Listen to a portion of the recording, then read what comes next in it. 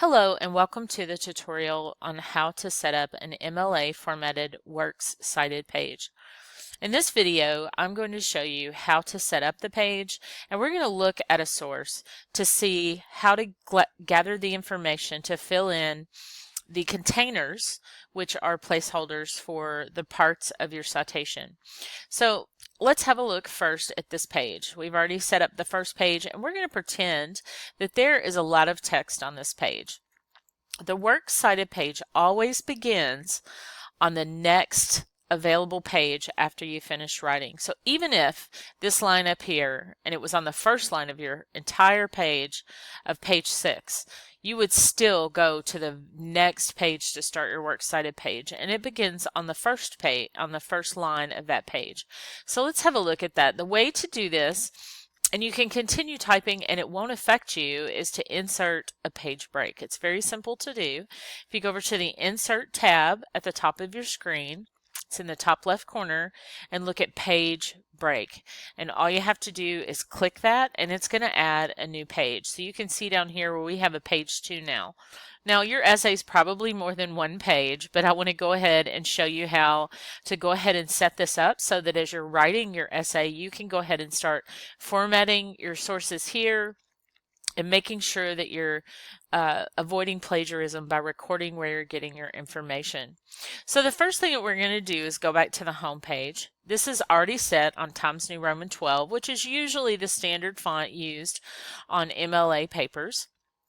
We're going to center the word Works Cited, and if you watched the last video you already know this, but just in case you didn't, go ahead and go up and hover over this and it says center. Click center, and we're going to type the words Works Cited, C-I-T-E-D, and hit enter.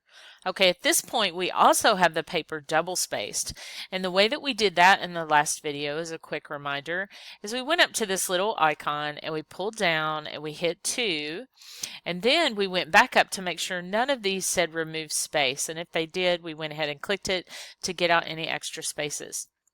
So let's go back to our Works Cited page we're creating, and recall that to get back on your left margin, you can either hit backspace or you can go back up to where you see these little icons where you can center or put it on your right margin or align it to your left margin, and you can click left margin. So all of your Works Cited will be in alphabetical order. They will be double spaced, and they will have what's called a hanging indent. So let's go ahead and find a subject online so that we can have a look at that, how to plug in those container pieces of information. So for the source we're going to use was to do a simple search for current news. And in this case, it's Trump's view of Syria and Assad altered after unacceptable chemical attack. So there's a news article, and it's on the New York Times. And one of the things that I think is frequently overlooked is that, for instance, if this date is not here on this article, look up at the top, and sometimes you can actually find that up there. Look in your address for your web address. Okay, so on this we have a few things. We know the title of it. We know that we're looking at the New York Times. We know the date, and we know that there are some authors here, and there's 3 in this case. So we know a few things about this. So we're going to go back to our MLA paper, and we're going to start plugging in the information from this actual source. So the first thing we're going to do is format the author's names correctly, because in MLA, that is what this is going to start with. And to easily do this, we're not going to use this specific font or anything, but really to get these spelled right, it's okay to copy and paste. To do that very easily on your keyboard, hold down CTRL, that is in your lower corner of your keyboard, and hit C at the same time. So Control C, or you can of course right click and you can hit copy. Either way is going to get you there. So once we've done that, we want to go back to our paper and we want to start plugging in the Works Cited details. So I have my authors, and I'm going to hit Control V just to have them here so that I can see those as I'm formatting those, or you can of course paste them by by right-clicking and pasting. So let's go back to our top line here where we were going to start. And in this case, you're going to use the format for more than one author. And there's a very specific way to do that. So the first author's last name is going to be spelled out with a comma plus their first name and a middle initial if it's provided. In this case, it is not. So we're going to put Landler, comma, Mark. Now what happens after this, because there's more than one author, is there's a comma. What you're going to see here is slightly different. So whereas you see the last name first on the first name that you're entering into here, the second name is different. It actually uses first name first, middle initial, and last name. So we're going to do that. So we've put our comma up there, and this does provide the middle initial for David. So we're going to put David E. Sanger. Then on this one, we're going to put and the same thing goes for the Michael D. Scher. Now the and is to indicate that this is the last one that we're going to enter into this, and after the actual author's names are put in, you will put a period. This indicates that that is the end of that container that includes the author's names. The next thing that we're going to go retrieve is the actual title of the article. And so we're going to go over here and look together at this. Trump's view of Syria and Assad altered after unacceptable chemical attack. I'm going to copy that, so you can either right click and copy it, and then we're going to go over and paste it. And of course all the extra stuff we end up deleting, but this kind of helps you keep everything straight unless you have a copy and or a split screen. So I'm going to paste that just so that we can get this correct. And your title is in quotes. You're going to put a quote mark and you're going to type Trump's view of Syria and Assad altered after unacceptable chemical attack. And after your title, you're telling the reader this is the end of that container that contains the title of that article. So you're going to put a period after that. And it always goes before the quotes, so make sure that you have that correctly.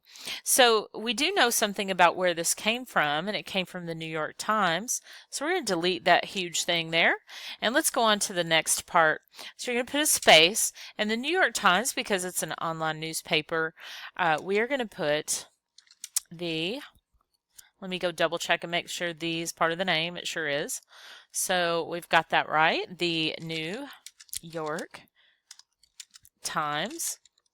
And the next thing after we've typed the New York Times is that we have to tell the reader the date of this article.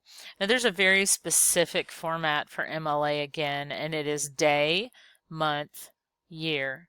So in this case of our citation, we're going to put the comma, and we're going to make sure it's not on italics. And let's go back and make sure I get the right day. It's 5 April. So we're going to go put in 5 April and 2017. Now, the thing with MLA is that if you're retrieving something online, it asks you to go ahead and tell it when you got it. So you're always indicating, is it a book in print? Is it web? So in this case, we're going to put web, because that's where we got it. So it's a period, web. So you've said, okay, I got it on a website, and what day did I get it? We're going to put it's the 6 April 2017. Now, sometimes your instructor might ask you to go ahead and put the actual direct link. I know that I do in my classes, and while that's not necessarily part of the formatting, always refer to your instructor's request whenever you're doing an assignment in that class. So you've successfully completed your first citation, but there's a problem here. So we've got everything sitting on this left margin, and it's very easy to do the hanging citation, the hanging indents. You're going to go ahead and grip onto all of that. So select all of your citation, hit your right button on your mouse, go down to paragraph. You'll see something that says special. Simply do the pull down box, click hanging because that's what you're asking it to do, and you can see where it's going to do that, and it automatically has a default 0.5, and that's the correct default for this. And then click OK, and there you go. You've done your first citation on your Works Cited page. So your next one, if you were going to start it, would start with the, let's pretend for a second it's just one author, and we've got Angela. So it will start the same way. So we're going to pretend one author here, it's a period, and then you'll start into your citation. Now, if you look really closely here, we've got another issue. At the beginning of this video, I said you must have these in alphabetical order. So J comes before L. So you would simply, once you've typed this in, or you could start typing above this, you would move the Jones above Landler. And so this shows you also the spacing between the two citations, and every single thing, as I said before, will be spaced exactly the same. You won't be adding in extra spaces anywhere. So I hope that you found this video helpful. I want to leave you with a good source of information that perhaps might help you in your formatting. And I'm going to go back to this article because I have a tab open in Purdue OWL. And OWL gives you a lot of information. The best way that I know how to find this, if you're needing information, is simply go to Google and type in OWL. And you can even see that this is popping up immediately. But if you're wanting MLA, I would put Purdue MLA, and you're going to see where I click this to make sure I had the right place for you to get this. And there's also an MLA sample paper, which is wonderful. You can click on that and see an entire MLA paper to see. So you see everything, and it's annotated. It's really pretty helpful. So if you were to download this, this explains how to do each step. Well, not how to do, but what it means. And it talks about where the title goes, and using headings, and how to what your Works Cited page looks like. So if we scroll on down here, you can actually download this by hitting MLA sample paper. We go on down, Works Cited is here, and you can see that all of these are in alphabetical order. They have different examples on here, which are really super helpful.